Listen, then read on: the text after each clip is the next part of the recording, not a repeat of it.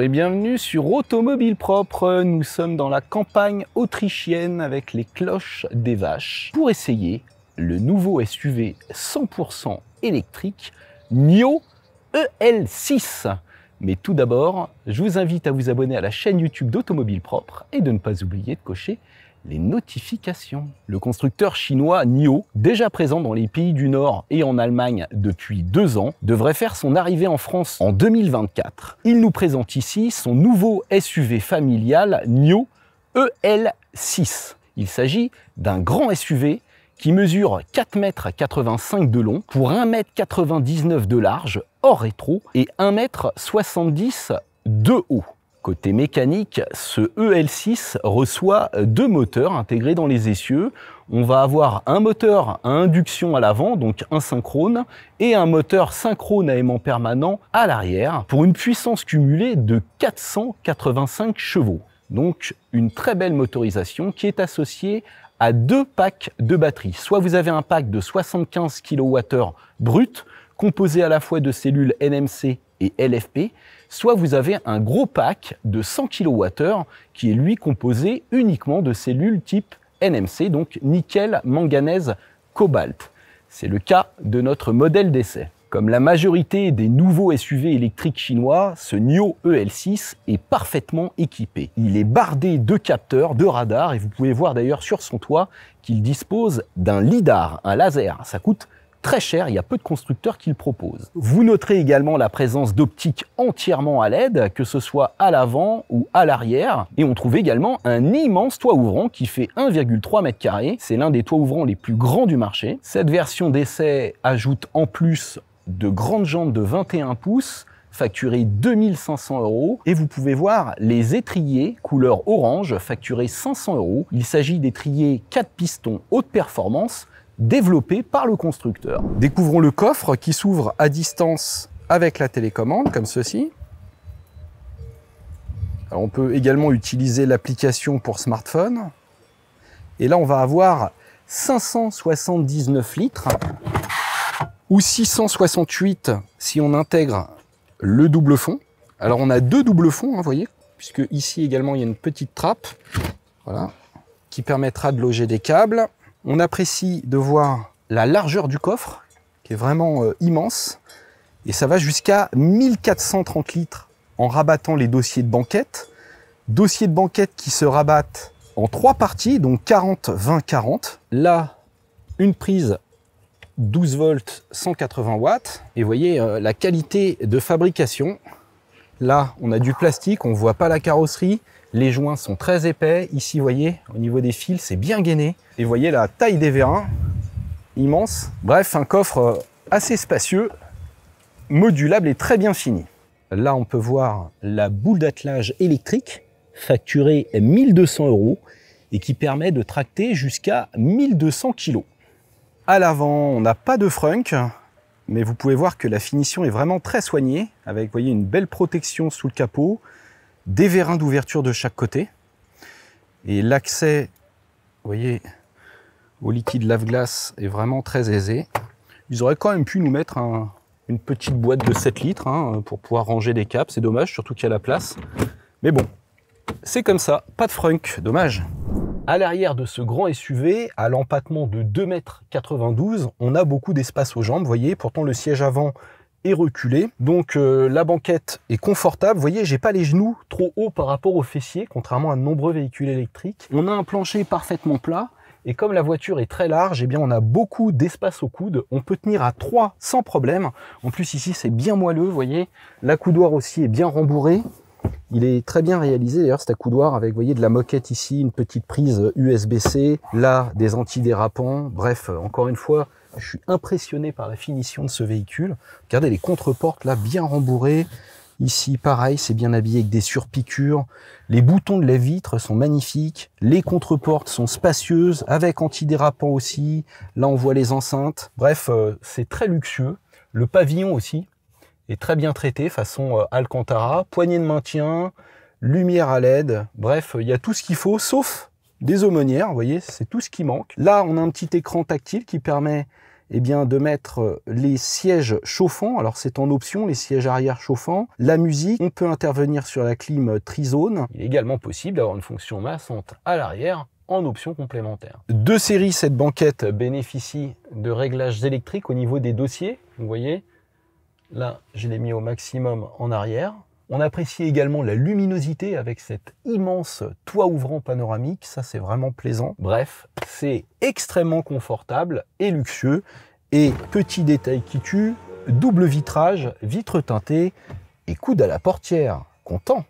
Allons à l'avant. Aux places avant, eh bien, voyez, on bénéficie donc sur ce modèle d'essai de sièges en simili-cuir à réglage électrique côté conducteur et passager, sièges ventilés, massants, chauffants.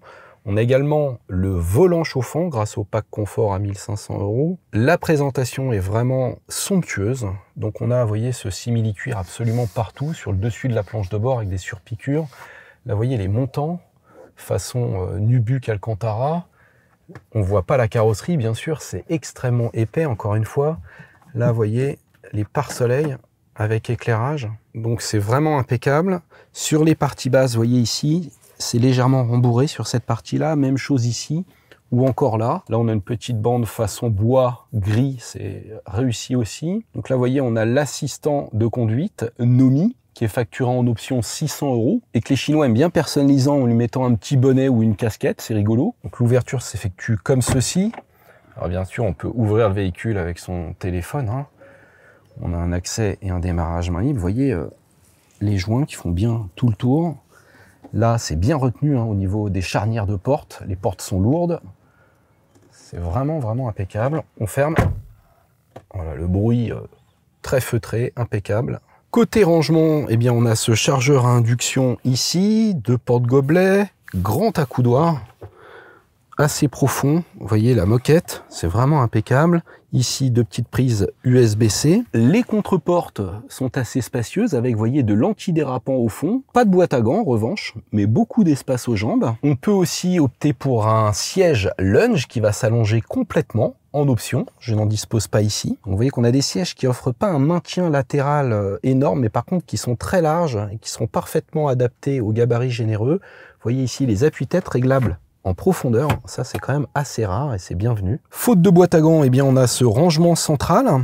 Donc le tunnel est quand même assez imposant, mais on y a accès facilement. Et vous voyez, c'est encore gainé de simili-cuir à cet endroit-là. Et là, le plastique rigide, eh bien, fait solide. Vous voyez, ça sonne pas creux. Même la pédale de frein est travaillée. Vous voyez, c'est pas une vieille tige en métal. Comme dans les Tesla, vous voyez qu'on a très peu de boutons. On a quand même des commodos, hein, ici. Là, on a les réglages de tout ce qui est aide à la conduite, hein, régulateur de vitesse. À droite, plutôt ce qui est multimédia. Je peux avoir accès, vous voyez, à l'ordinateur de bord dans l'instrumentation. Donc ça, c'est bien. Là, on retrouve des petits boutons de raccourci essentiels, hein, pour les commandes de conduite. Vous voyez les différents modes de conduite. Donc j'en ai 1, 2, 3, 4, 5.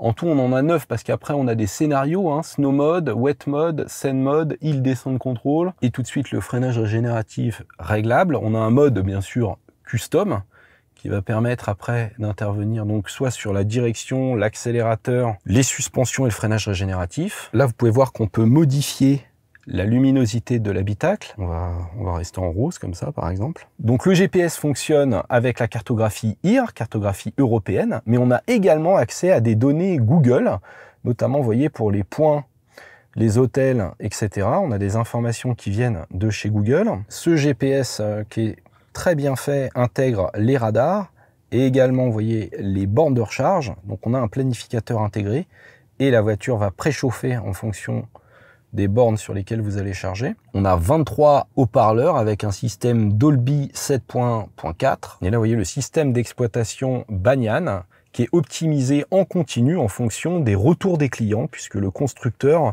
implique ses clients dans l'amélioration du véhicule. Donc un système multimédia très évolué, proche de celui de chez Tesla, mais malheureusement, on n'a pas accès à Apple CarPlay, Android Auto. Donc si vous utilisez Waze, il faudra le mettre sur votre téléphone portable, comme dans une Tesla.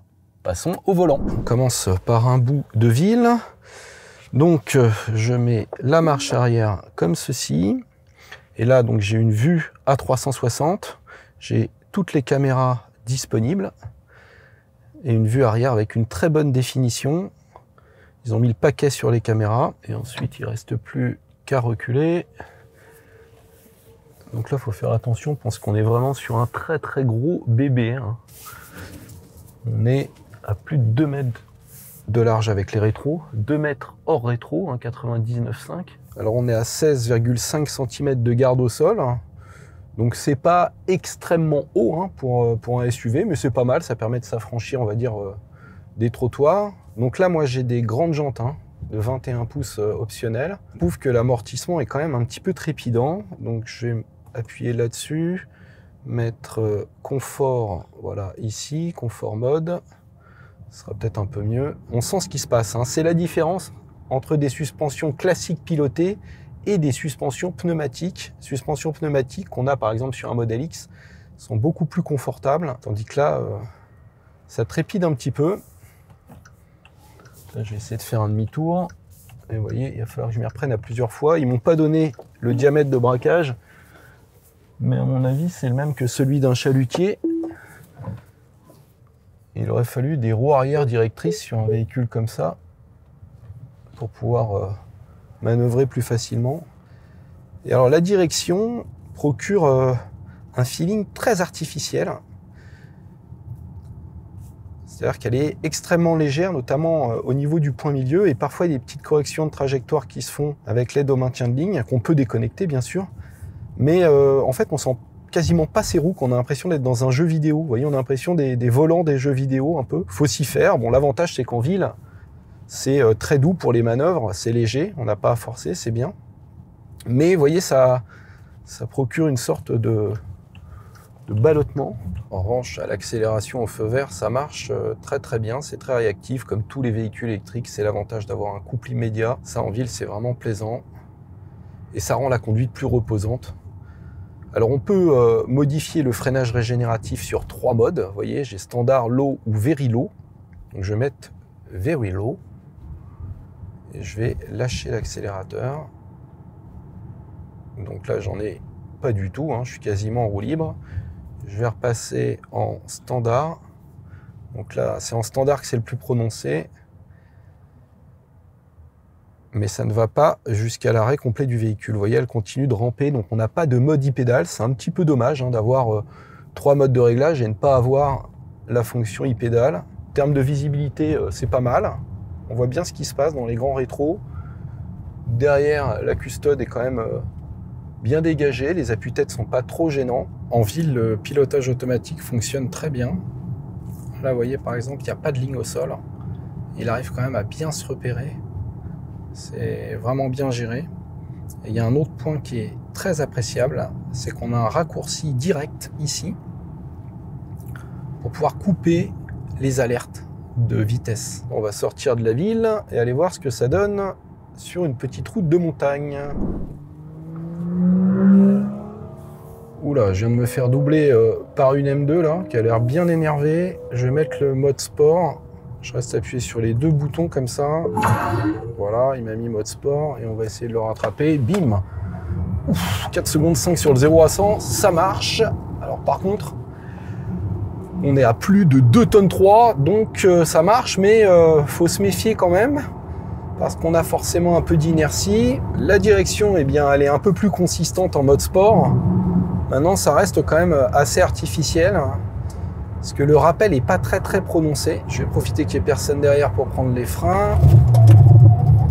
Ça marche aussi fort fort. Wouh! Quand on freine et qu'on réaccélère, on prend des jets. En revanche, au niveau de la pédale, c'est un peu mou en début de course. Et après, on a de l'attaque. Mais je dirais que c'est pas mal. Ça a l'air d'être quand même assez puissant. Alors, ça tient bien la route, hein, bien sûr. Mais encore une fois, comme le véhicule est lourd et que les suspensions sont un poil souples avec des pneus qui, eux, sont relativement rigides, bien le véhicule prend un petit peu de roulis quand même. Hein. On ne peut pas trop lutter contre la masse.